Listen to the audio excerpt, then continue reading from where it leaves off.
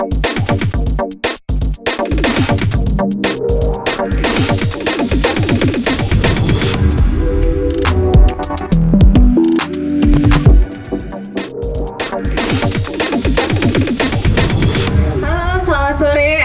Family, selamat datang di RSOS podcast kali ini di ruang berbicara inspiratif Rumah Sakit Onkologi Surabaya, di mana kita akan belajar, berbagi, dan saling peduli nih tentang kesehatan dan terutama dalam pencegahan dan deteksi dini penyakit kanker. Bersama saya Brigita, salah satu perawat Rumah Sakit Onkologi Surabaya, dan pada episode podcast kali ini kita akan membahas hal yang simple tapi sangat penting nih untuk teman-teman sekalian, juga terutama bagi perempuan-perempuan yang ada di luar sana. Kali ini kita akan mengupas tuntas tentang sadari. Tentu saja saya tidak sendirian, kali ini saya ditemani oleh dua narasumber yang sangat luar biasa tentunya. Yang pertama ada Dr. Andre Kurniawan Nurhuda, spesialis bedah konsultan onkologi. Selamat sore Dr. Andre. Kabarnya bagaimana dokter? Alhamdulillah baik. Baik ya dok. Iya. Lalu ada narasumber yang kedua tidak kalah luar biasanya juga, ada Ibu Ika Damayanti. Selamat sore. Selamat sore Ibu Ika. Salah satu breast cancer survivor ya Ibu ya. Juga dari berasal komunitas Reach to Recovery Surabaya gitu ya. Bagaimana kabarnya Ibu Ika? Luar biasa. Luar biasa. Cantik sekali. Luar biasa sekali ya narasumber kita kali ini. Oke, bagi teman-teman mungkin yang masih teman-temannya, saudara-saudara, keluarga yang belum join, bisa di-share dulu ya teman-teman, karena 1 jam ke depan kita akan membahas hal-hal yang menarik tentang sadari ini gitu. Juga kalau misalnya ada teman-teman yang sudah punya pertanyaan nih tentang sadari ini, boleh komen-komen aja, atau misal pada saat kita di tengah-tengah perbincangan ada pertanyaan-pertanyaan, boleh juga langsung komen aja ya. Nanti akan saya bantu bacakan dan langsung dijawab oleh Dr. Andre dan juga Ibu Ika. Begitu. Oke, tanpa berlama-lama kita langsung aja membahas tentang sadari ini ya. Kita mulai dari Dr. Andre dulu ya, Dok. Oke. Dokter, mungkin banyak nih teman-teman di sini yang sudah nonton ataupun yang di luar sana yang udah sering mendengar tentang sadari ini, tapi banyak yang belum seberapa paham nih dok tentang sadari. Boleh nggak dok dijelaskan secara sederhana aja, sadari ini apa sih dok sebenarnya? Oke, jadi sadari itu singkatan dari periksa payudara sendiri ya. Itu adalah salah satu metode deteksi dini pada para wanita, yang terutama pada usia mulai dari 20 tahun, yang kita bisa mendeteksi secara dini kelainan-kelainan yang ada di payudara, dan itu bisa dilakukan sangat mudah sekali dan bisa dimanapun. Gitu ya dokter. Jadi sadari itu periksa payudara sendiri begitu ya dok. Sangat sederhana tapi sangat penting begitu ya dokter. Dilakukannya harus secara rutin tentunya dokter ya, untuk bisa tahu apakah ada sesuatu di payudara kita gitu ya dokter. Oke, kita lanjut bertanya kepada Bu Ika dulu. Ibu Ika, bisa di-sharingkan sedikit Bu, awal mula gimana sih Bu dulu menyadari adanya perubahan di payudara, dan langkah awal yang Ibu Ika ambil pada saat itu seperti apa itu? Oke, jadi saya harus flashback ke 25 tahun lalu ketika saya didiagnosa terkena kanker payudara. Nah, saya itu ketika merasakan ada benjolan bukan karena melakukan sadari. Pada waktu itu di tahun 2000 saya malah nggak pernah tahu apa itu. Belum aware. Nah, jadi waktu itu seingat saya ketika saya mandi, kemudian teraba. Dan waktu itu saya berpikiran, ini ada benjolan, saya mau mens.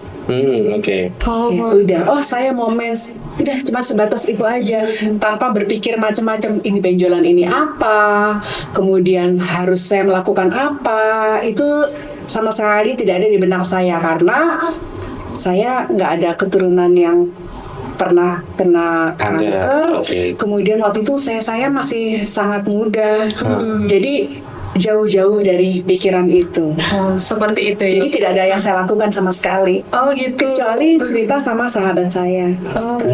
Gitu. Jadi memang dulu itu belum terlalu paham tentang sadari ini ya Bu ya, malah periksa-periksa sendiri begitu. Itu nggak periksa sendiri, tidak sengaja. Oh tidak sengaja. Tidak sengaja. Seperti itu. Setelah tahu itu langsung berobat kah atau masih ditunda-tunda dulu nih gitu? Tidak, karena itu tidak mengganggu. Maksudnya itu nggak sakit. Kemudian itu juga tidak nggak kelihatan dan itu tidak mempengaruhi aktivitas saya sehari-hari. Jadi saya pikir sudah normal, saya mau mens gitu. Seperti itu. Seperti itu sampai kemudian saya tanya teman saya juga, coba deh, bener nggak sih ada benjolan gitu? Terus dia raba gitu, ya ada benjolan. Udah cuman stop di situ. Stop situ aja Stop ya. di situ aja. Oke. Jadi dokter biasanya kalau Ibu Ika kan menemukan benjolannya pada usia muda ya Bu ya. 28 tahun. Kalau sadari ini sebaiknya dilakukan mulai usia berapa ya Dok? Apakah sejak usia muda boleh atau sejak harus ada patokan usia berapa, dan juga seberapa sering sih Dok harus dilakukan sadari ini? Apakah harus setiap hari kah, atau 6 bulan sekali kah, atau sebulan sekali kah? Seperti apa dokter? Jadi sadari ini ada waktu-waktunya ya. Dan dimulainya mulai kapan sadari itu adalah usianya mulai usia 20 tahun. Mulai dari usia 20 tahun itu bisa melakukan sadari. Terus kemudian waktunya kapan? Kalau misalnya Mas menstruasinya teratur, ya kan? Itu 7 sampai 10 hari setelah menstruasi. Kenapa kok 7 sampai 10 hari setelah menstruasi? Karena pada saat 7 sampai 10 hari setelah menstruasi itu payudara mulai lunak, tidak bengkak pada saat seperti menstruasi kan. Jadinya itu lebih mudah kita meraba adanya benjolan atau ada kelainan-kelainan yang lain pada payudara gitu. Dan juga kalau misalnya sudah menopause misalnya, apakah tetap perlu sadari? Tetap. Meskipun sudah menopause tidak menurunkan kemungkinan adanya kanker payudara. Jadi makanya kalau sudah menopause itu tetap tiap bulan di tanggal yang sama. Bukan apa istilahnya, kan sudah menstruasi lagi ya. Jadi kan tidak tahu tanggalnya ya. Kita buat patokan aja setiap tanggal 1 tanggal gitu 1 ya. kan itu kan. Nah, itu kita periksa payudara sendiri gitu. Gitu ya dokter, berarti memang sadari ini harus dilakukan secara rutin ya dok. Yes. Setidaknya sebulan sekali setelah 7 sampai 10 hari bersih menstruasi begitu ya dokter. Oh seperti itu. Ini ada pertanyaan dokter dari teman-teman yang menonton podcast kita. Dari alikal_0927, apa saja ya dok tantangan penerapan sadari pada masyarakat awam yang kurang aware nih tentang sadari itu sendiri? Tantangannya apa sih dok kalau menurut dokter? Oke, tantangannya itu salah satunya yang pertama kalau menstruasinya nggak teratur. Nah itu juga kita jadi bingung kan. Apa saya harus periksa setelah menstruasi padahal menstruasinya 2 bulan sekali atau 3 bulan sekali kan nggak teratur atau sedikit-sedikit. Nah itu juga jadi tantangan. Jadi kalau misalnya menstruasinya nggak teratur, selain kita sadari, kita juga harus memeriksakan diri ke dokter kandungan untuk supaya menstruasi diteraturkan, mungkin pakai hormonal terapi atau bagaimana nanti tergantung dari kelainan yang ada gitu kan. Tapi kalau misalnya teratur ya itu lebih mudah. Terus kemudian tantangan yang lain adalah kalau misalnya sibuk gitu ya atau apa ya istilahnya.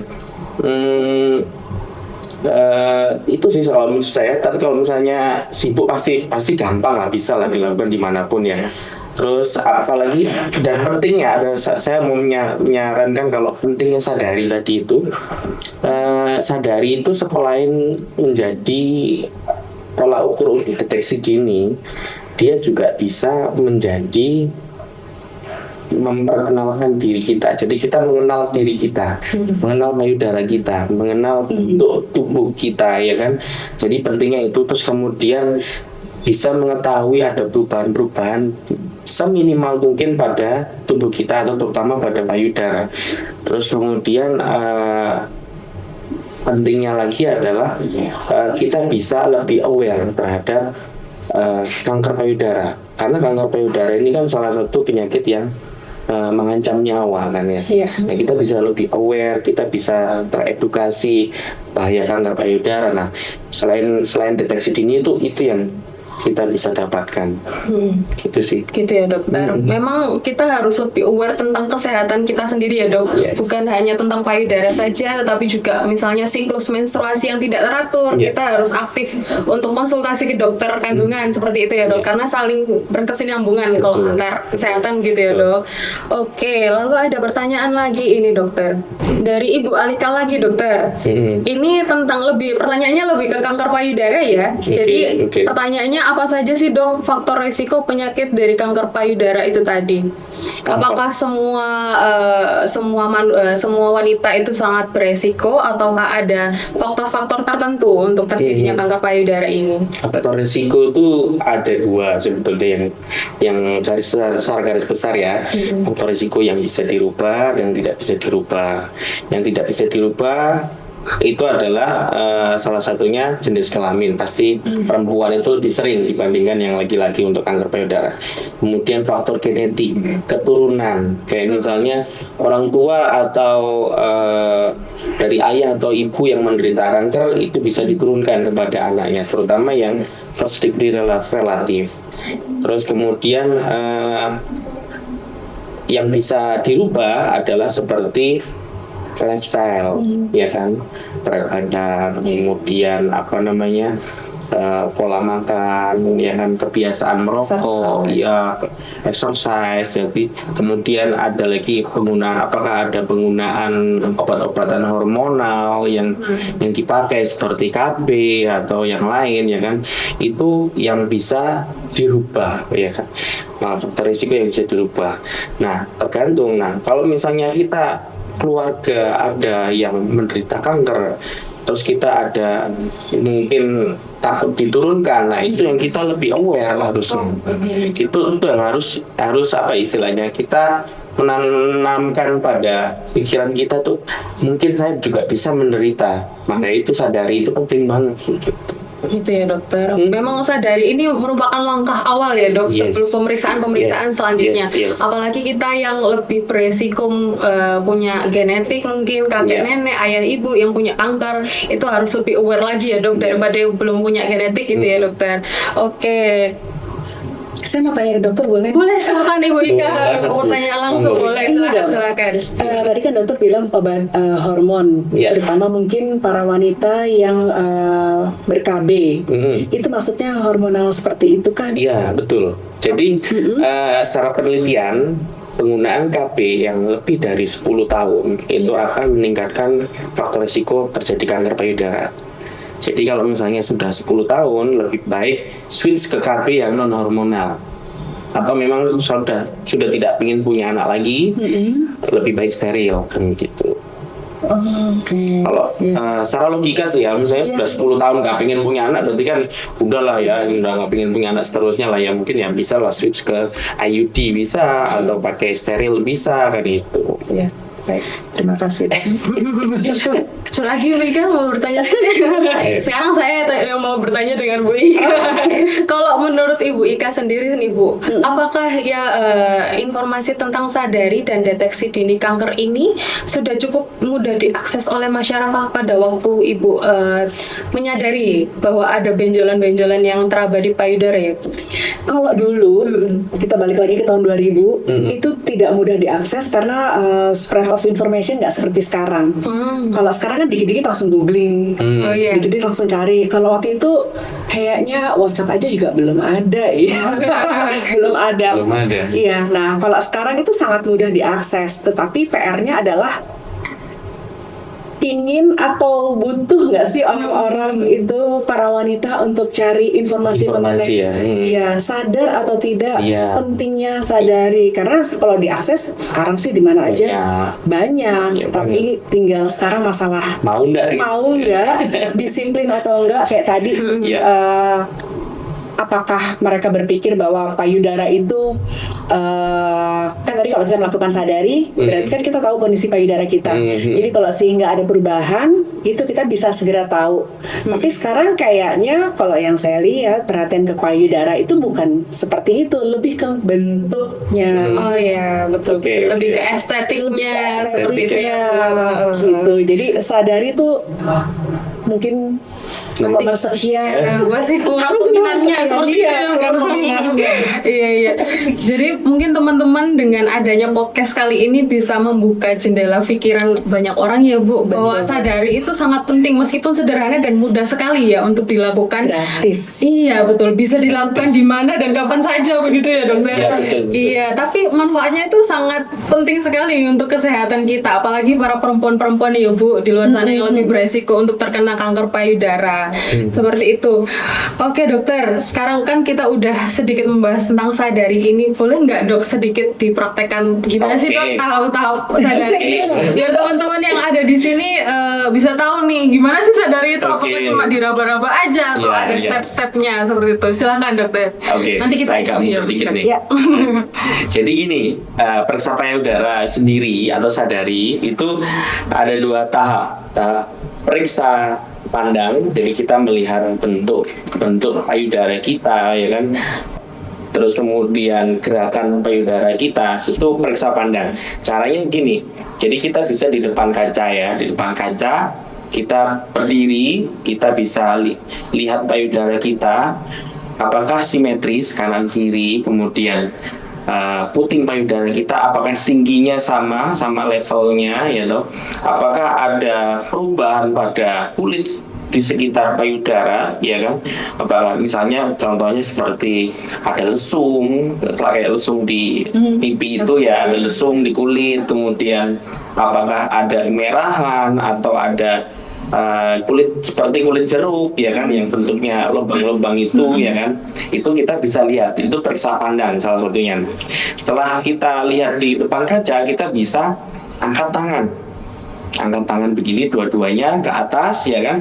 Nah setelah angkat tangan tadi kita lihat gerakan payudara itu apakah simetris, jadi yang kanan sama yang kiri ikut terangkat ke atas pada saat kita angkat payudara. Kalau misalnya ada perbedaan, misalnya yang salah satunya ada yang tertinggal, nah itu yang mungkin bisa terjadi ada resiko terjadinya kanker payudara, karena kanker payudara biasanya dia membuat payudara tidak simetris salah satunya.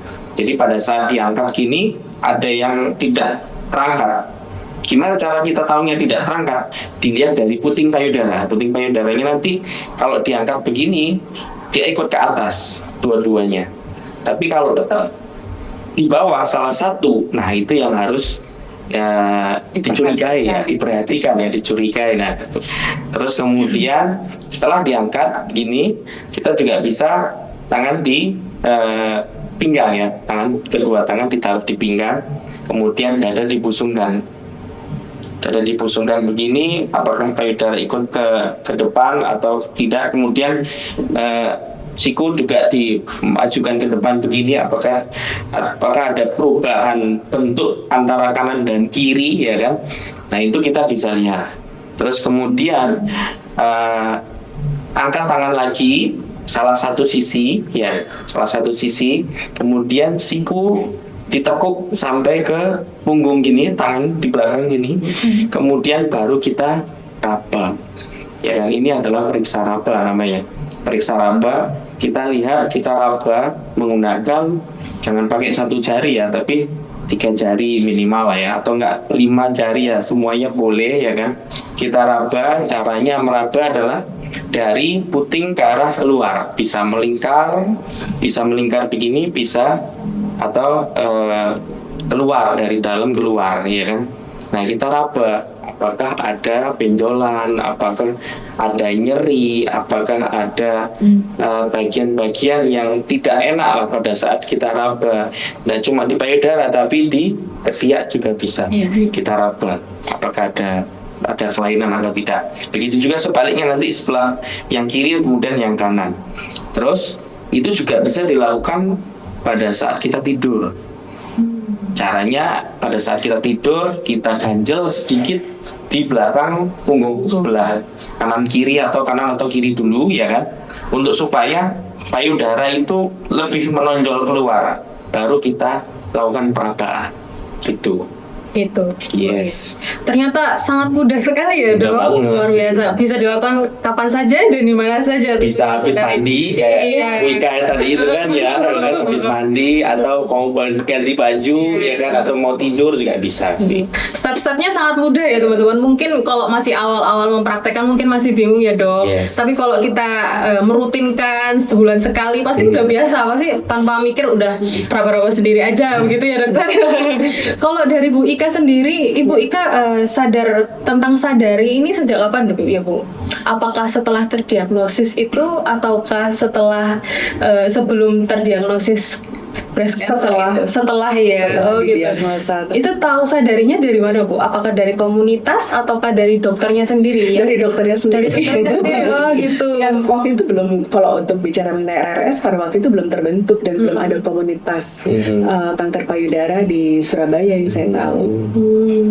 Memang dokternya memang harus lebih aktif ya untuk memberitahukan pasien-pasiennya ya. Meskipun kita sebagai masyarakat umum mungkin nggak seberapa tahu nih tentang sadari ini gitu ya.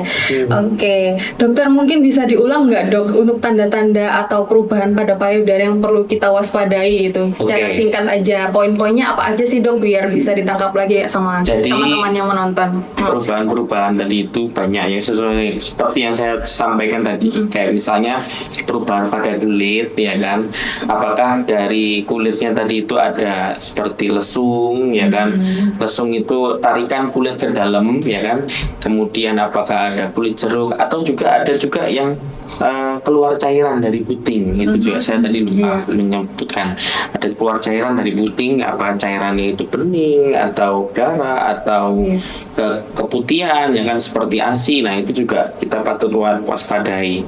Kemudian apakah ada benjolan. Nah yang paling sering itu adalah benjolan yang tidak nyeri. Iya, Itu dia, Dok. itu dia. Iya. Gitu. Nah itu yang paling sering pasien-pasien itu remehkan, karena kanker itu memang ciri khasnya nggak ada nyeri sama sekali. Benjolan yang tidak nyeri, akhirnya pasiennya nanti aja deh. Iya, nggak apa-apa Nggak ini. apa-apa, nanti hilang sendiri Iya. kan. Nah itu yang menjadi keterlambatan nanti pada saat terapi. Nah terus benjolannya tadi itu biasanya selain tidak nyeri, dia juga membesar dengan cepat. Kalau kanker itu, Iya. ya kan. Nah itu sih kalau saya sih dari saya tuh yang harus diwaspadai ya pada payudara. Penting tertarik ke dalam. Oh iya betul, penting tarik ke dalam, salah satu sisi ya. Sisi. Itu juga salah satu tandanya ya, Dok. Ternyata banyak banget ya, Dok, tanda-tanda bahwa ada kelainan atau yang perlu diwaspadai pada payudara kita ya, Dokter. Jadi kalau untuk teman-teman mungkin pada saat sadari di rumah terus menemukan tanda-tanda yang telah dijelaskan sama Dokter Andre, bisa langsung cek ya ke dokter. Jangan takut, karena semakin cepat ditangani maka semakin besar juga peluang kita untuk sembuh, seperti itu teman-teman. Karena nggak semua benjolan itu kanker ya, Dok. Iya. Ada yang jinak, ada yang ganas, tapi nggak semua benjolan itu kanker. Jadi nggak perlu takut untuk teman-teman konsultasi. Juga bisa konsultasi dengan Dokter Andre di Rumah Sakit Onkologi Surabaya ya. Kok jadi nggak usah takut-takut lagi untuk ke dokter seperti itu. Lalu ini ada pertanyaan, Dokter, dari teman-teman yang menonton. Berhubungan dengan yang faktor resiko tadi ya, Dok. Ini ada pertanyaan dari ai_hair20. Untuk anak-anak penyintas kanker payudara, apa yang harus dilakukan untuk tindakan preventif selain sadari, Dokter? Apakah ada tindakan-tindakan lain selain sadari untuk misalnya anak-anak yang ibu atau kakeknya itu penyintas kanker payudara seperti itu, Dokter? Oke. Nah ini sebetulnya bisa dibicarakan di podcast selanjutnya sih, Lebih dalam soalnya, Dok. tentang lifestyle intervention pada pasien-pasien atau pada keturunan yang memiliki resiko kanker payudara. Di lifestyle interventionnya ya banyak sih sebetulnya ya. Kita harus hidup sehat, bergaya hidup sehat, dari makanannya ya kan, kemudian dari mental health-nya pun juga kita bisa nanti kita bahas ya kan. Kemudian dari aktivitas exercise ya kan, ya itu juga itu yang harus diperhatikan. Nah nanti kalau misalnya orang tua kita atau kakek nenek kita menderita kanker payudara, itu kita harus aware, dan itu kita harus merubah lifestyle semuanya tadi. Yang bisa kita lakukan tadi ya dok ya. Betul. Baik-baik. Jadi memang banyak sekali yang bisa dilakukan ya dok untuk penanganan atau pencegahan kanker payudara ini ya dokter ya. Selain sadari, karena sadari ini memang langkah awalnya saja ya dokter yang bisa dilakukan di rumah ya.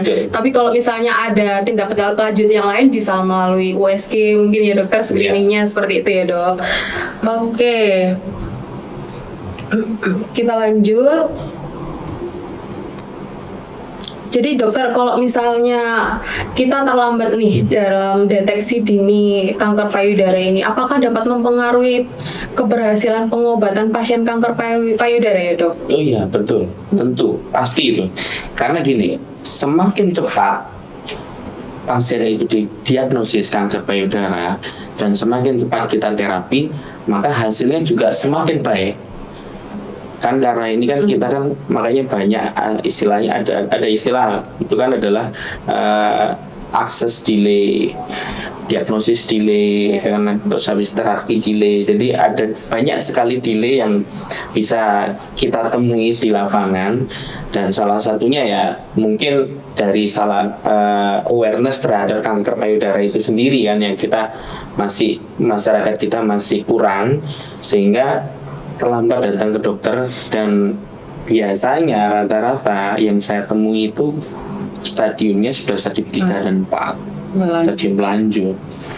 Kadang pun juga mereka mungkin ya dulu itu awalnya stadium 1, kemudian larilah ke alternatif dahulu ya kan, kemudian nggak sembuh baru ke dokter. Nah, sampai dokter, dok saya tolong disembuhkan. Waduh, kenapa nggak dari dulu kan itu kan. Nah ini masyarakat kita yang harus kritis lah istilahnya terhadap informasi-informasi pengobatan kanker yang beredar saat ini, bahwa kalau misalnya ada informasi tentang pengobatan kanker tertentu, itu harus kritis, cari dulu sumbernya, cari dulu kalau bisa cari literaturnya, apakah ini applicable apa tidak, apakah sudah ada penelitian-penelitian yang sudah dilakukan sebelumnya, sehingga jangan termakan oleh promosi. Misalnya kayak pengobatan kanker tanpa operasi, itu kan banyak banget ya, banyak banget. Sehingga itu akan membuat terjadinya diagnosis delay, sehingga pada saat datang ke dokter sudah lanjut stadiumnya. Iya. Dan banyak mitos-mitos juga dok. Betul. Ya. Kalau kena pisau operasi atau kena biopsi itu bisa nyebar cepat. Iya. Malah lebih parah seperti itu. Mungkin itu mereka nggak tahu mitos-mitosnya ya. Betul. Jadi PR-nya banyak. Iya, jadi PR kita untuk memberikan informasi yang lebih tentang kanker payudara ini banyak sekali ya Bu, untuk masyarakat di luar sana. Karena memang kanker payudara ini seperti bom waktu ya dokter. Karena itu tadi ciri-cirinya meskipun ada benjolan tapi tidak nyeri. Jadi masyarakat itu tunda dulu deh, nanti dulu deh, karena nggak merasakan ada gejala-gejala apa yang mengganggu seperti itu ya Bu kan. Gitu. Lalu dokter, menurut dokter Andri sendiri, sadari ini apakah bisa menggantikan pemeriksaan medis seperti USG atau mamografi ya dok? No, nggak bisa. Nggak bisa ya dokter? Nggak bisa, karena kalau USG atau mamografi itu kan pemeriksaan khusus ya. Jadi dia harus dilakukan di rumah sakit ya kan, kemudian harus pakai alat tertentu ya kan.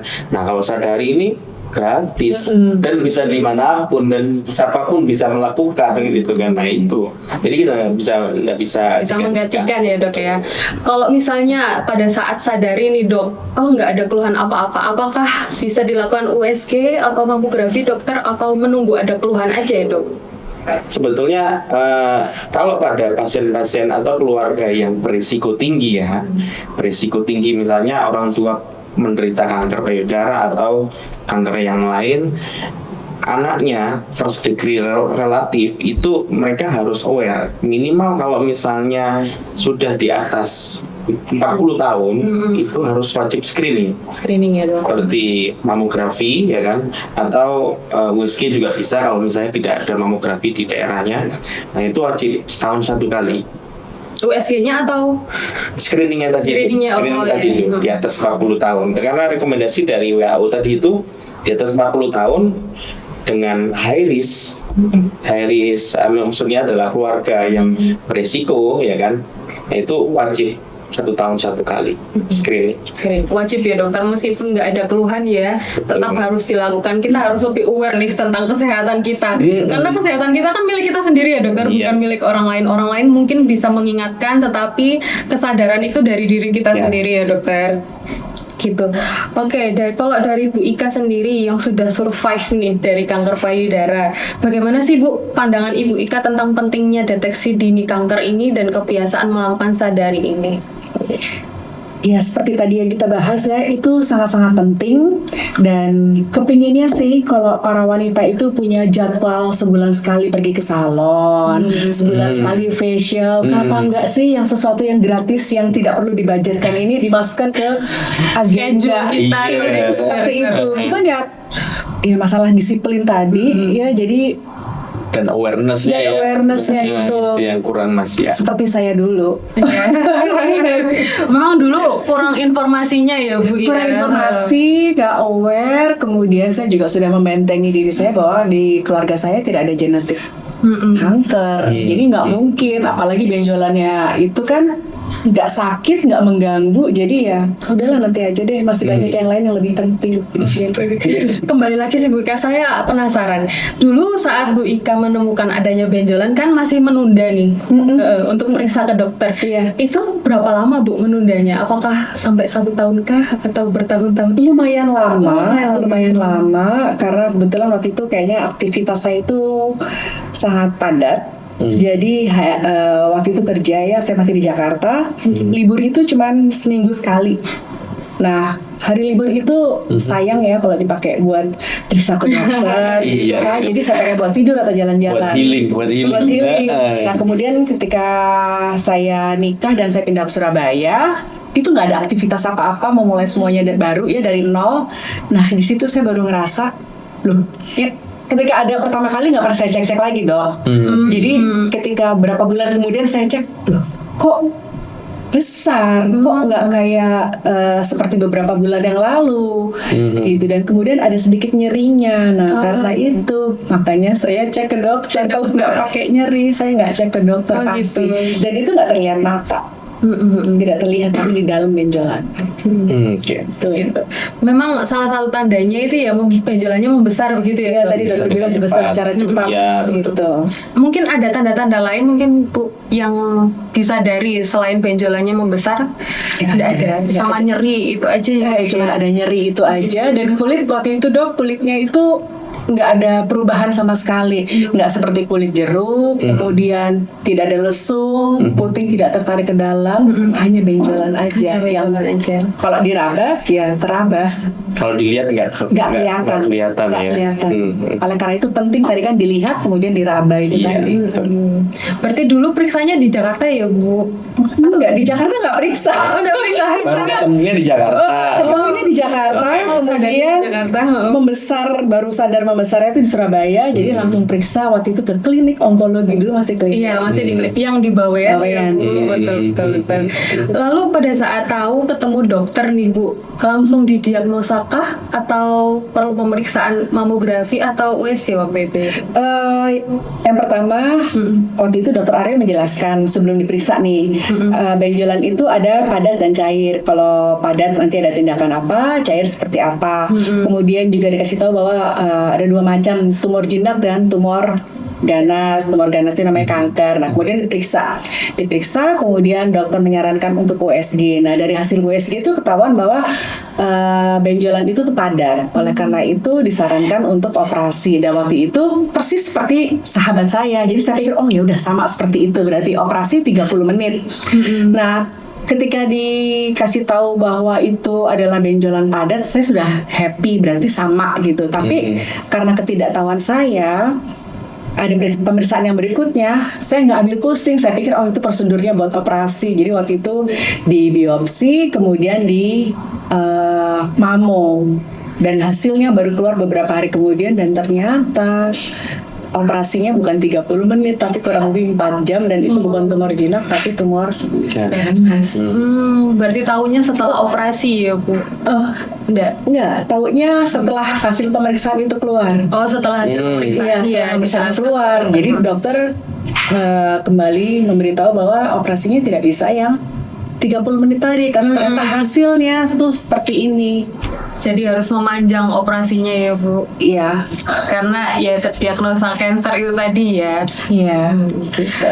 Nah, benar, saya mau tanya. Boleh, silakan dokter. Bu Ika, setelah Ibu Ika didiagnosis itu suatu kanker, kira-kira perasaan Ibu bagaimana? Nggak percaya. Nggak percaya. Dokternya bohong. Nggak mungkin. Selalu ada rasa seperti itu Iya, ya Bu? nggak Tidak mungkin. percaya. Tapi saya nggak bisa mikir, jadi di situ saya blank gitu, nggak mungkin. Cuman yang saya ingat waktu itu Dokter Aryo bilang, ini benjolannya dari kecil besar, kemudian menjadi besar itu dalam waktu yang cepat. Jadi tolong dipikirkan untuk melakukan tindakan secara cepat. Saya nggak ngerti apa-apa gitu, dan pertama kan saya bilang ini nggak mungkin, ini bohong gitu. Tapi saya sadar bahwa yes, itu berkembangnya itu cepat. Jadi action tuh harus segera dilakukan, dan kebetulan saya juga di support oleh suami saya yang Oh, gitu. ayo gitu. Kalau nggak kayak gitu ya saya cuek lagi pas. Berarti support dari keluarga itu penting banget. Penting ya? juga ya Bu. Juga, ya. Iya ya. Ini ada pertanyaan dokter dari teman-teman yang menonton, dari Nyah Salira.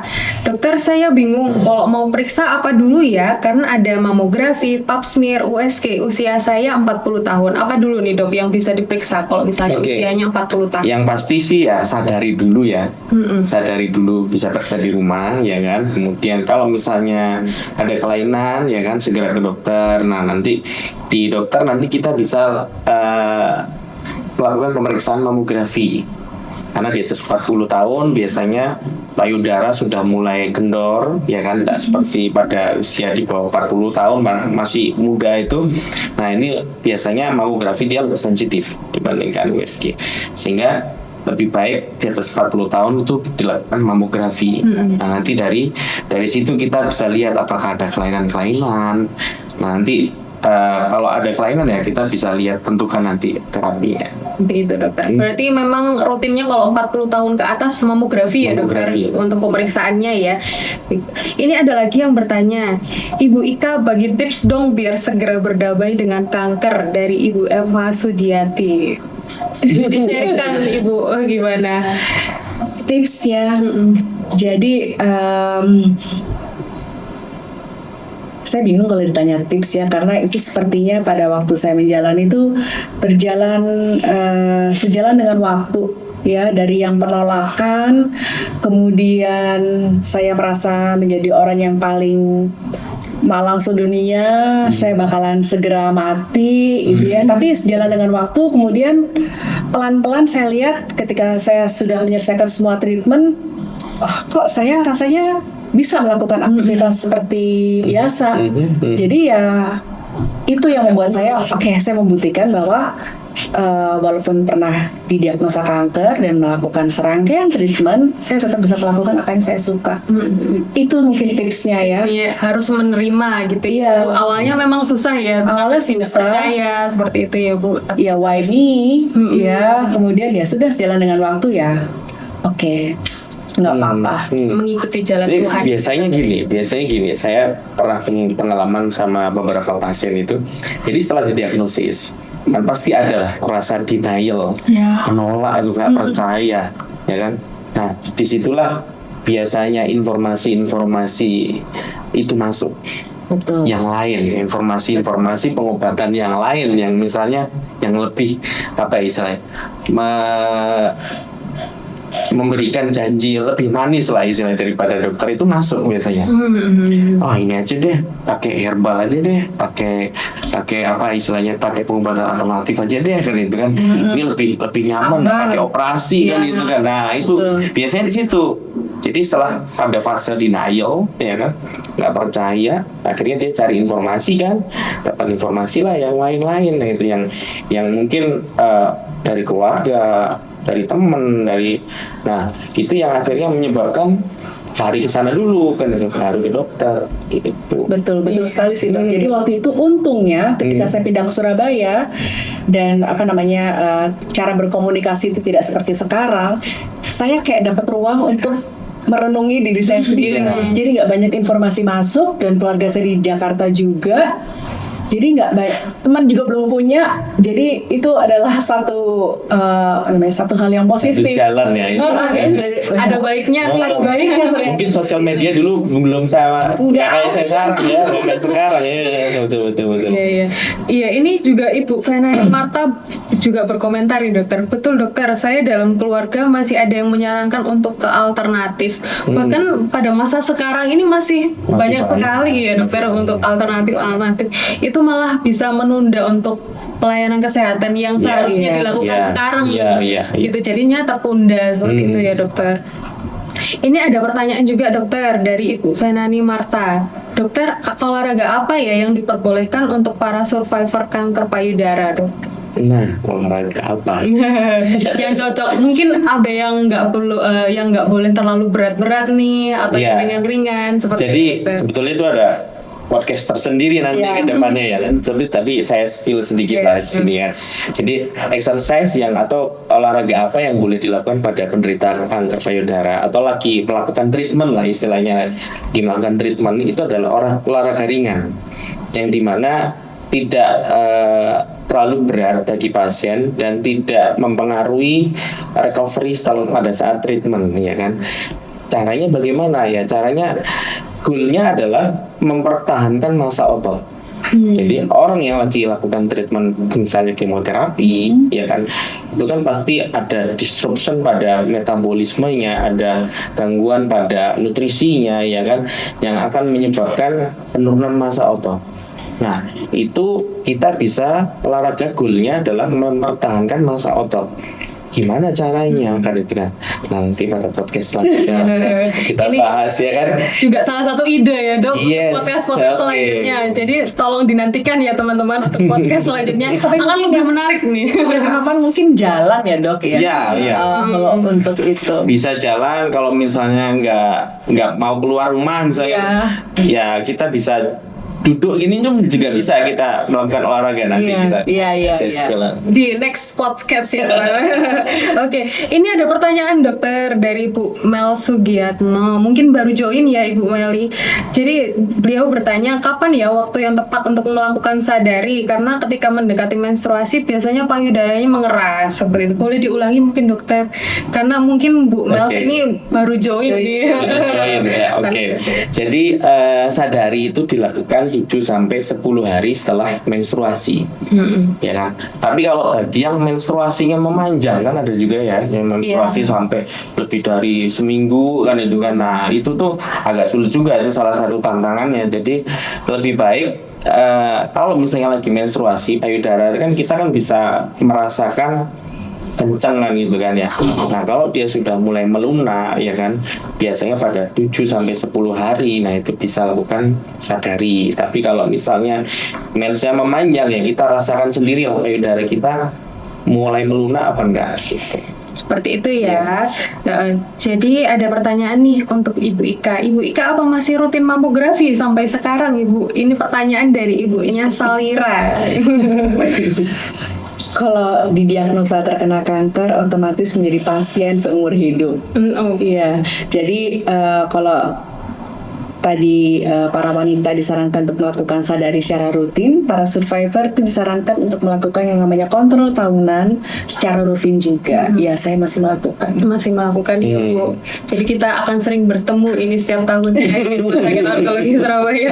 Jangan bosan-bosan gitu ya. Oke, ini ada yang bertanya juga dokter, mungkin out of the topic ya dok, dari Ibu Alek. Kalau kista payudara apakah berbahaya ya dok? Oke, kista payudara itu salah satu kelainan di payudara ya. Jadi kista payudara itu sebetulnya wajar ada terjadi pada payudara wanita. Jadi kalau misalnya seluruh wanita di USG di dunia ini 40%-nya ada kistanya. Tapi kista yang bagaimana yang butuh intervensi itu adalah kalau misalnya kistanya itu membesar. dengan cepat. Kemudian biasanya dia sudah mulai menimbulkan gejala kayak nyeri ya loh, ada benjolan ya kan. Nah itu butuh intervensi jadinya, tanda-tanda butuh intervensi. Maksudnya intervensi adalah penanganan pada dokter ya kan. Apakah bisa disedot kistanya atau dilakukan operasi, nah itu tergantung dari kondisi kasusnya ya. Tapi rata-rata sih kista itu kadang bisa menghilang sendiri kalau misalnya kecil kistanya, dan dia dipengaruhi oleh hormonal biasanya. Itu siklus menstruasi pun juga mempengaruhi besar kecilnya kista. Berarti memang kista ini nggak berbahaya ya dok, karena memang rata-rata semua perempuan punya kista pada payudaranya, seperti itu ya dokter. Ini ada pertanyaan lagi dok dari Ibu Lucy. Setelah operasi, apakah ada kemungkinan sel-sel kanker tersebut muncul kembali ya dok? Nah, pertanyaan tadi. Mungkin berhubungan dengan kontrol-kontrolnya Ibu Ika itu tadi. Iya, kenapa sih kok harus kontrol seumur hidup gitu? Iya, Jadi gini, yang saya pelajari, jadi yang dari pendidikan saya maupun dari buku-buku yang saya pelajari, sel kanker itu punya sifat, salah satunya adalah tidur, dormant. Istilahnya dormant, dalam bahasa Inggrisnya adalah dormant. Nah, dia akan bangun pada kondisi yang memungkinkan dia untuk hidup. Sehingga makanya kok screening itu dilakukan terus-menerus, meskipun tidak menderita maupun yang sudah menderita. Sehingga pada suatu saat kapanpun itu terjadi, misalnya selnya itu akan bangun dan mulai berkembang, kita bisa tahu duluan. Begitu. Makanya itu kanker itu sebetulnya sih apa ya, sulit juga ya untuk mengatakan hilang, ya kan, hilang pada suatu pasien itu kan, hilang itu kan sulit juga karena dia punya sifat itu tadi. Apa yang bisa membangunkan sel kanker yang lagi tidur tadi dong? Banyak banget. Jadi kayak misalnya nih, ya tadi kembali lagi ke lifestyle lagi. Misalnya lifestyle kita yang biasanya sehat jadi tidak sehat, makanannya ya kan, kemudian exercise-nya, aktivitas fisiknya juga mulai menurun ya kan, stres itu juga bisa kan, itu kan mental health ya istilahnya kan. Nah itu semua itu jadi bisa pemicu menurunnya kondisi metabolisme, menurunnya imunitas seseorang misalnya. Nah, itu akan memungkinkan, atau lingkungan yang memungkinkan untuk sel kanker tadi itu bangun dan berkembang begitu kan. Mental, stres, podcast berikutnya. Yes. Ide-ide selanjutnya nanti kita akan bertemu di berikutnya ya untuk podcast selanjutnya. Oke, ini ada yang bertanya lagi dokter, apakah kanker payudara itu bisa terjadi pada laki-laki ya dok? Dan bila ada, apakah ada deteksi dini seperti sadari juga kalau pada pria itu, apakah sadari juga atau ada yang lain? Oke, jadi kalau laki-laki itu sebetulnya jarang banget ya. Jadi 1:1 juta misalnya pada kanker pada laki-laki itu. Nah, biasanya untuk sadari pada laki-laki itu memang nggak diwajibkan. Tapi kanker payudara itu bisa diturunkan ke anak laki-laki. Misalnya orang tua yang menderita kanker, dia bisa diturunkan ke anak laki-lakinya. Cuma rata-rata anak laki-laki yang apa ya, diturunkan ya, secara genetik diturunkan tadi itu belum tentu menderita. Dia hanya bisa menjadi carrier. Nanti pada anaknya lagi itu bisa diturunkan. Begitu. Iya. Oke, jadi untuk sebetulnya kalau mau screening sih ya screening genetik ya. Kalau misalnya ada orang tua yang punya kanker payudara atau Bu Ika punya anak gitu kan, anak ibu diperiksakan genetik, itu juga bisa sih. Itu yang BRCA1, BRCA2 itu ya. Apakah itu termasuk tindakan preventif untuk cek genetik itu? Nah, kalau preventif sih enggak. Kita istilahnya mawas diri ya. Mawas diri. Jadi meskipun sudah misalnya kita temukan ada genetik kita menderita kanker payudara, kita harus merubah lifestyle kita. Gitu. Harus diri. Kayak misalnya kasusnya Angelina Jolie itu kan, dia kan belum menderita itu. Belum. Secara genetik aja dia bisa berisiko kanker payudara. Akhirnya dia angkat ke keluarganya untuk memutus rantai genetik tadi. Oke, seperti itu ya dok. Iya ya. Ini ada pertanyaan lagi dokter. Banyak sekali yang bertanya ini, sangat aktif ya teman-teman. Ini iya banyak pertanyaan. Tapi ini keluar dari topik kita dokter. Biar mencari-cari kesempatan ya dok. Jadi ini dari Ibu Romauli, survivor kanker. Dok, tahun 2022 April saya operasi mastektomi payudara kiri. Sampai sekarang masih terasa agak kaku nih dok. Itu apakah normal ya dokter? 2022 ya? Iya, 2022 dok. Dari tahun 2022 ya. Kakunya maksudnya gimana? Untuk digerakkan kaku atau bagaimana? Biasanya sih gini, pasien-pasien pasca operasi itu kan diwajibkan atau disarankan untuk mobilisasi, early mobilisasi, terutama pada anggota gerak bahu ya, untuk supaya kulit yang dilakukan operasi tadi itu segera lentur lagi seperti sedia kala ya kan, terutama kalau misalnya benjolannya dekat-dekat dengan ketiak ya kan, operasinya mendekati ketiak, nah itu kan biasanya nanti terjadi penyembuhan luka itu terjadi shrinkage atau tarikan. Nah kalau tidak dilatih untuk bergerak, dia akan tambah lama tambah menarik ya, sehingga kaku rasanya. Nah kalau gitu ya memang harus exercise atau enggak ke fisioterapi untuk latihan untuk melenturkan lagi kulitnya. Berarti itu memang normal ya dok. Makanya kita mengedukasi pasien juga setelah operasi tuh harus sering-sering latihan nih. Makanya diangkat-angkat aja. Kalau pas renggang-renggang di rumah angkat-angkat tangan biar nggak terlalu kaku begitu ya dokter. Kalau menurut pengalaman Bu Ika dulu gimana? Iya, jadi waktu itu disarankan untuk langsung, jadi kan pegang tembok itu. Walaupun karena kebetulan saya juga dioperasi di sini ya dok, di ketiak. Takut jahitannya. Iya, itu mungkin kalau orang awam takut kebuka gitu ya. Tapi ternyata ya nggak apa-apa. Nggak apa-apa, ya betul. Oke, pertanyaan terakhir nih dokter dari teman-teman. Usia berapa untuk melakukan cek genetik pada anak kita? Mungkin yang BRCA tadi. Oh iya. Jadi yang disarankan itu adalah di atas 18 tahun. Sudah 19 tahun. Kenapa kok di atas 18 tahun? Karena mutasi genetik tadi itu, perjalanan dari mutasi genetik sampai terjadinya kanker itu butuh proses. Jadi kalau misalnya itu diturunkan dari semenjak dia lahir sampai terjadinya mutasi genetik yang berisiko terjadi kanker payudara itu butuh proses. Makanya itu di atas 18 tahun baru bisa kita terdeteksi secara pemeriksaan genetik adanya mutasi tadi. Jadi kalau mutasinya sedikit banget gitu ya, itu mungkin nggak terdeteksi. Tapi kalau sudah mulai banyak mutasinya, itu baru terdeteksi. Makanya di atas 18 tahun, laki-laki maupun perempuan juga bisa. Yang berisiko orang tuanya menderita kanker muda. Gitu. Di atas 18 tahun berarti ya dok ya, bisa dicek ya dok. Oke. Kita lihat apakah ada pertanyaan-pertanyaan lagi. Mungkin dari Bu Ika ingin bertanya. Saya mau melanjutkan tadi. Silakan. Ini dok, tadi kan dokter mengatakan bahwa kalau misalkan nanti saya punya anak cowok gitu ya, itu kemungkinan dia menjadi carrier. Bisa. Nah, yang harus dicek nanti untuk genetik itu dia atau nanti anak saya itu atau nanti anaknya? Oke, pertanyaan bagus.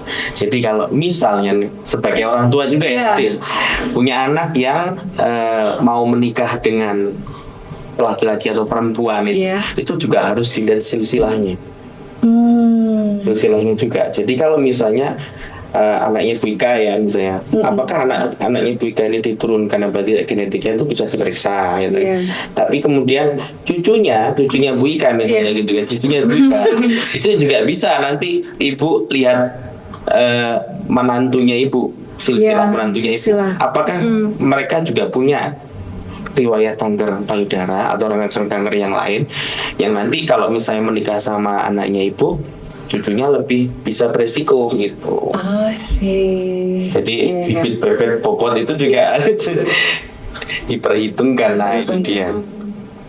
Tapi kalau BRCA ini apakah bisa diulang ya dok? Atau hanya sekali seumur hidup ya? Oke.